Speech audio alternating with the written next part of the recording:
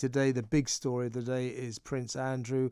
A real humiliation for him. He's had to, we're told, hand over as much as £10 million to his accuser, Virginia Giuffre. His statement does not deny that he sexually abused her on 3 continents, although, of course, away from the court case or the legal drama, he has always denied that. In fact, he says he can barely remember, he says he can't recall meeting her. Strange thing to do, wouldn't you say, Dominic, to hand someone you can't remember meeting £10 million? Very strange thing indeed. And within this, he also acknowledged that abuse actually happened by him pledging to donate some of that to, the victims of sex trafficking. So he is acknowledging that abuse occurred. Of course, he's not directly acknowledging his participation of it, but someone who isn't guilty at all and can't remember meeting someone would not hand that same someone £12 million.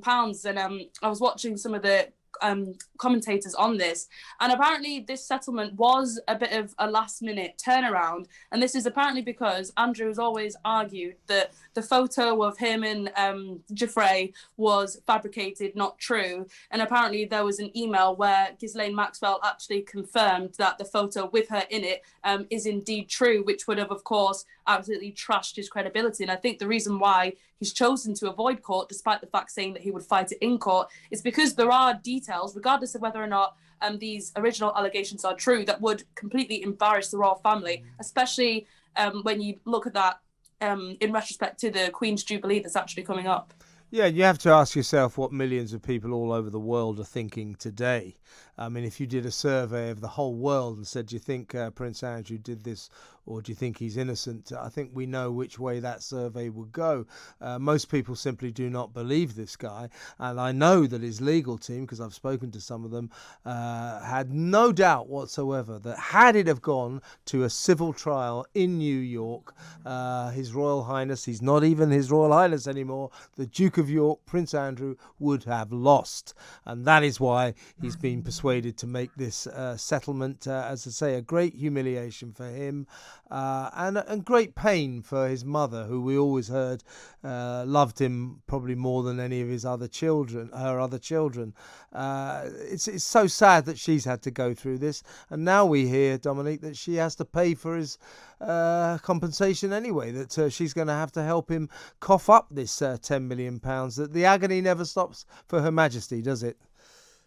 Exactly, and especially it really speaks to the legacy that, the royal family is leaving behind. I don't think anybody in any years to come is really going to be able to forget the fact that a member of the royal family was, involved or potentially involved or friends with someone who is convicted of child sex trafficking.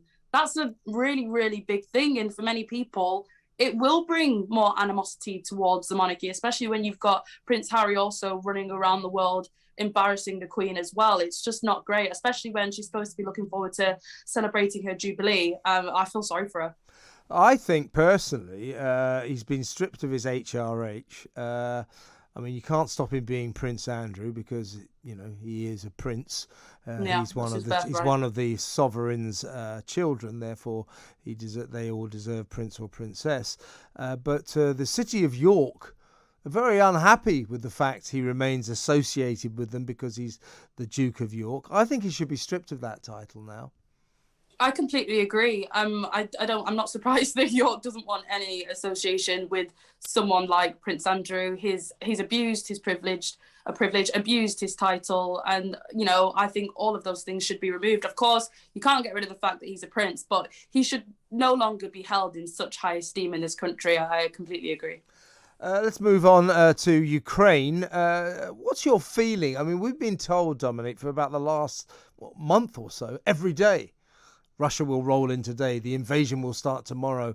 Mark my words, it'll be on Wednesday. Not least by the likes of Joe Biden, the President of America, and Boris Johnson, the Prime Minister of Great Britain. It looks as if Putin has played them a merry game, and he's not going to evade at all. He has embarrassed the West, hasn't he? Completely embarrassed the West. And I think this is because perhaps Putin knows that, the likes of Biden and Boris Johnson would have really scaremongered in this regard, because it's obviously Russia. And, you know, the Ukraine's President Zelensky actually urged Western leaders to stop the scaremongering, stop the crisis talks, because it's actually affecting their economy.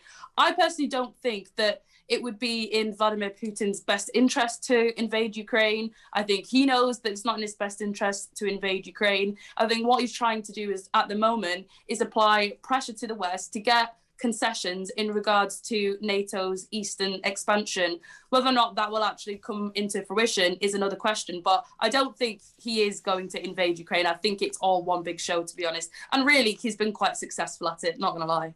Indeed. Last time you and I were due to talk, I think it was last Thursday, and we had to unceremoniously ditch you because literally 10 seconds before my show started at 7 p.m, Cressida Dick, the Met police chief, resigned, and so we had to get coppers on. So sorry about that. But I wanted to get your take on it. Has she done the right thing? And also, probably more importantly right now, basically, as a result of the Cressida Dick saga and the Met Police's disgrace in terms of several scandals, not least of which was the Sarah Everard murder, there's a survey out today saying that almost 60% of rank-and-file police officers are suffering from low morale, and 78%, so almost 8 in 10 cops, said they do not feel respected by the public. There's a crisis of confidence in the police now, isn't there? There is a crisis of confidence, but I think we have to ask the question of why that is. And, you know, with regards to Cressida Dick, she was in a pretty precarious situation, because you've got, you know, a right-wing Home Secretary, Priti Patel, who didn't have much confidence in her. And then you've got, you know, the far-left Mayor of London, Sadiq Khan, who also decided that he didn't have much confidence in her.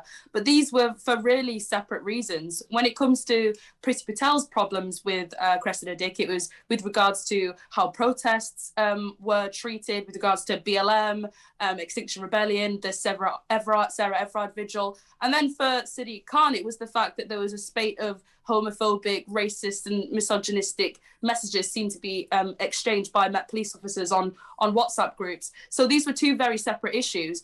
Why are people losing confidence in the police? I don't think it's because the general public feel as though the police are racist, sexist and misogynistic. I'm sorry, I don't. There may be a culture problem within the Met, but I don't think that's the reason why. I think the reason why is that many people feel as though the police are prioritising issues that they quite frankly shouldn't be prioritising. They're criminalising people for sitting on a park bench. They're banning parties. They're disrupting protests. They're policing the tweets, policing the tweets, and not policing the streets. Policing the internet. Meanwhile, you can't really get any prosecutions for rape. They've actually gone down. Meanwhile, you can't get any police help when someone's robbed your phone or robbed your car or robbed your house. These are some very key issues that aren't really being addressed. And, you know, in many ways, I feel sorry for the police. I think there should be better working conditions and less of the wokery, because many rank and file police officers don't, in fact, agree with it. It's not mostly coming from the top.